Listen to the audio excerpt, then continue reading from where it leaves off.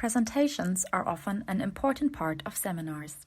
However, it may be that your course is not designed as a classroom event or that classroom teaching is not possible for various reasons.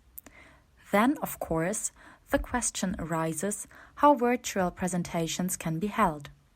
In this video, we would like to show you some possible ways of how students could give online presentations.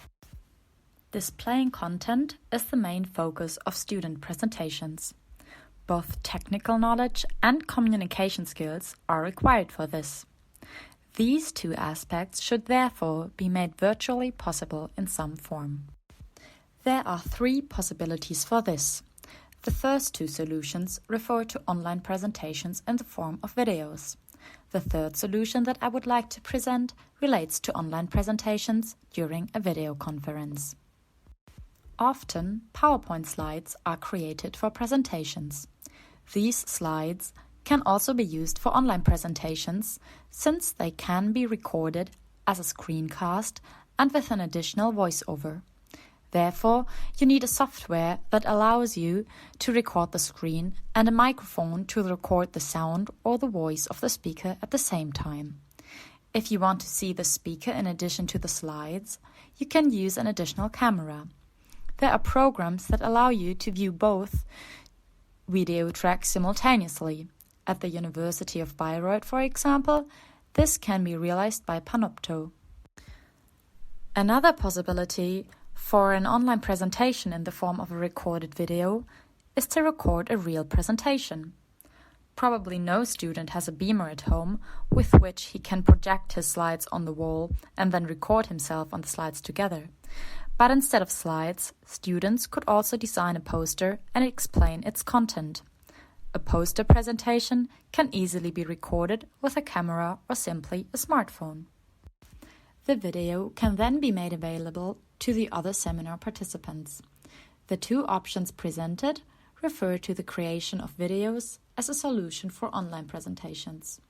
The presentations can then be watched flexibly at different times by fellow students. However, the creation of videos may be an obstacle for some students. For this reason, a third option would be to have a presentation held live during a video conference. In this case, the students can share their screen. On the screen, the lecturer and the fellow students can see the PowerPoint slides, and the presenter can talk about the presentation at the same time. This corresponds, so to say, to the first possibility of online presentations, except that there is no recording, but instead the presentation is held at a fixed time in front of all participants. Here, too, the speaker can be seen by the others by using a camera or the webcam of the notebook or a computer. There are a few aspects to consider when giving online presentations. This includes, for example, the length of recorded presentations or those held in video conferences.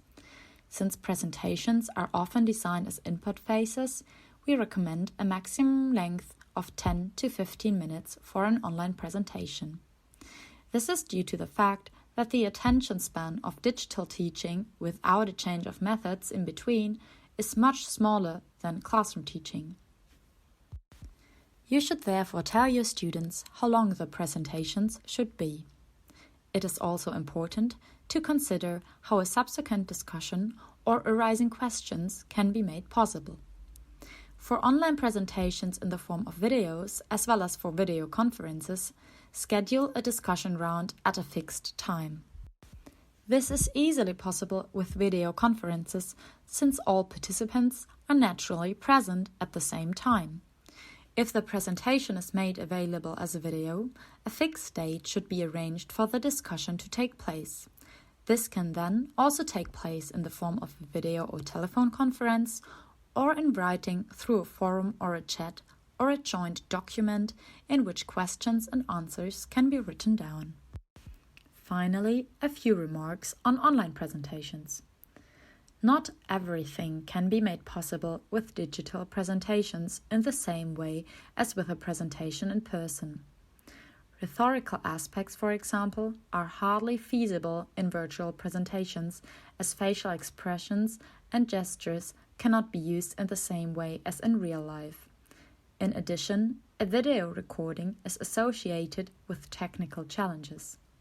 Be aware that your students might be nervous during an online presentation, as this is a new and unfamiliar situation for them. The time required for recording a presentation due to repeated recordings or technical problems should also always be taken into account when evaluating the presentation. It is best to discuss with your students in which form they should conduct the online presentations and to make expectations transparent. Ideally, you should offer students the opportunity to get in touch with you during their preparations to discuss open questions or problems. If the presentations are to be graded, please note what is specified in the examination regulations regarding digital teaching. If you have any questions or wish to change the examination form, please contact the relevant examination office. We wish you and your students good luck in planning and conducting digital presentations and hope that we were able to help you with this video.